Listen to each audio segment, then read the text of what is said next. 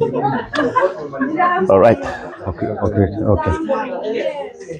So Kenya, Arizona Diaspora TV. Today we are here with our Consul General Thomas Kwaka, aka Big Ted, all the way from LA. Yes. I know today is your first day for these services here. Yes. Yes. How Yes. have you seen it so far? With the Well, Kenyans? this is the first MCS we're doing in Phoenix, in Arizona, and the numbers have been there. We've had some great numbers. Our first client came in at 8 in the morning, and we're serving people throughout the day.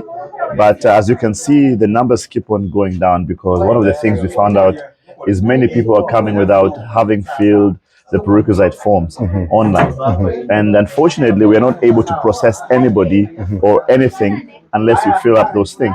So as you can see, we have an e-citizen desk that's run by a volunteer, and they're helping everybody to fill in. We have another one on the side who's helping with Xeroxing and being able to upload your documents before you go inside to the main place. So the first place as you come in is our verification point.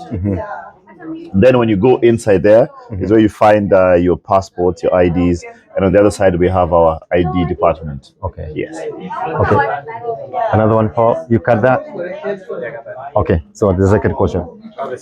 Yeah, because remember you want to do like 1 minute. So you said one you want- minute. Okay. How many What? states are you doing the services in? All right. So so far we have done 6 states, but we have 3 teams.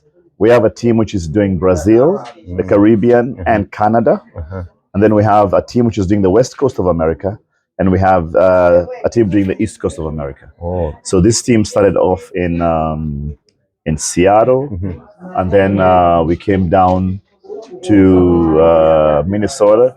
Then we went to Des Moines. Then we went to Kansas. Then we came to Phoenix. Now we're going down to Dallas, Texas. Dallas, Texas. Yes. So I saw some people are coming here. They were having some issues signing into e-citizen. Yes. What is any other easy way for them to do it? Because some people are saying, Well, there's no easy way, and I think at some point it's important for us to be honest. Most of the people who are having problem with the e-citizen did not create their accounts. Their accounts were created by other people who probably never gave them the passwords that they require. Okay. So many people who are coming here do not have the passwords. And unfortunately, it's not like an account whereby you can easily just go in and create another one. You can't do that because that is your personal e-citizen account. Number 2, we have those who tried, and the system tells you that we are not able to set it up because probably you used it to apply for an e-visa. So the system recognizes you as not a citizen, like a visitor. like a visitor. Yes. So it's not able to process that, but there's a way around it where we're able to help you to get to that place. Okay, what about those who once they put their ID number or they put their email, they keep telling them the email is already registered? So that's what I'm telling you. Unfortunately, and those who are honest will tell you that they're not the ones who created the accounts. And I think what happens is you create it the first time and you don't know that you'll need it again.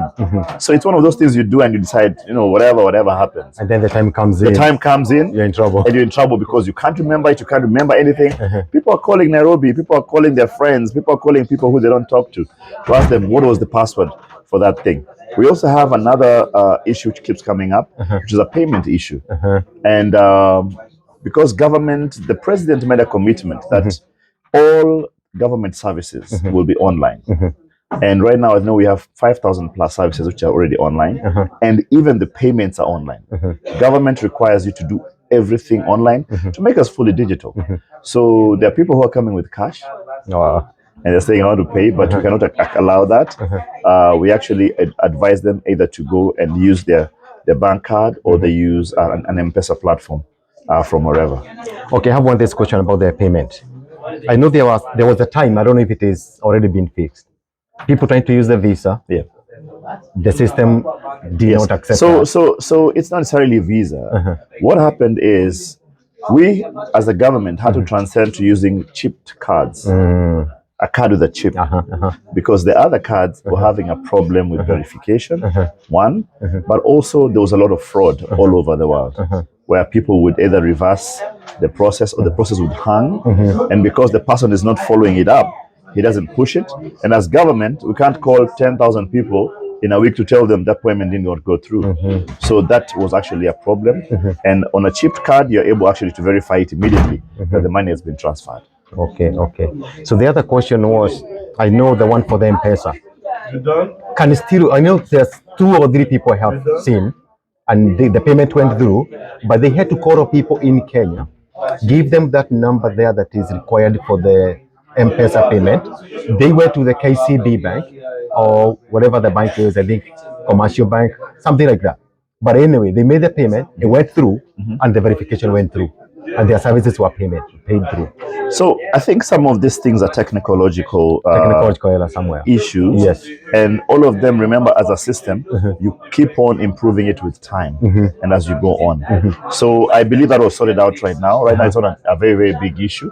With them, it's straightforward and you're able to get the services that you require. So right now, I can actually confirm that we don't necessarily have a very, very big problem with the payment platforms if you do it the right way. The other thing which is keeping guys here is people do not fill this form. That's the problem, yeah. You see, the statutory requirement is that you must fill the form online, upload everything online before you come in here. Yes. And we've been saying this the whole country the way we've been, that you must fill the form. Online. As you can see, there's still people here not being served, not because we don't have a service point, but because they have not filled it. But come with me, let me show you something. I'm sorry, sir. I just want to know which pages we are printing.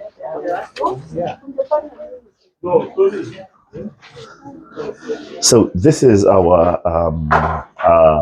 passport section. As you can see, there's nobody on the table because a lot of people who come in here have errors on their form, and as a matter of just being able to check and make sure that we give people proper service is to make sure that we don't pick your form with a mistake and then later on we call you back to tell you that we cannot be able to process the document. So we're trying as much as possible to make sure that our checking is almost 100%. So by the time it loads onto the system, it actually goes in.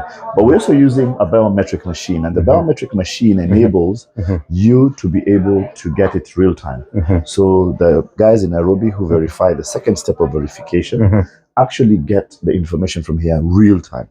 So this is not the time when we'd take them and then we'd ship them maybe by post to Kenya and everything. Right now, immediately you load it on the system. The system is real time and all over the world, and it's being processed. It will cut down on the processing time. It will cut down on the issues that we have with problems in the system, or you saying that I applied and we never got the detail. Okay. So with the time, we hope all the Kenyans are able to see here in Arizona, and those who came in, they had to go back home to correct this and this and this. What were some of the documents that they were supposed to bring? Because I could hear some of them saying, I'm waiting for my mom's birth certificate, all these kind of questions. So you see, it depends with exactly what you're coming here for.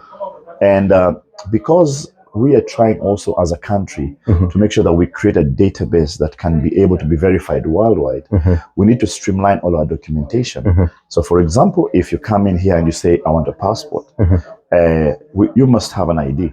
Yes. So if you say you don't have an ID, it means either you come with an affidavit to show that it got lost, or you simply apply for a new ID.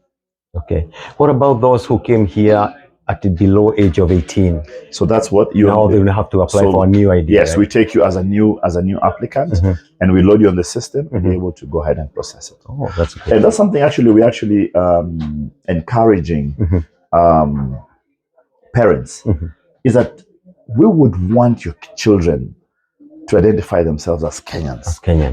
Yes. Even if they're born here, because Kenya is a great country, a country of potential. Yes. We even have kids who are here who are great sportsmen, but we want them to play for Kenya. True. We want them to shine for Kenya. We want them to carry that flag high. Yes. But how do we do it if this child does not have a Kenyan document? So we call out the parents, we're calling out everybody to come out, so that together we are able to just do this and be able to make Kenya and Africa great. Amen. That's good. That's good. Yes. So hopefully people will continue coming in. Yes. Today, tomorrow they're coming, and also Monday.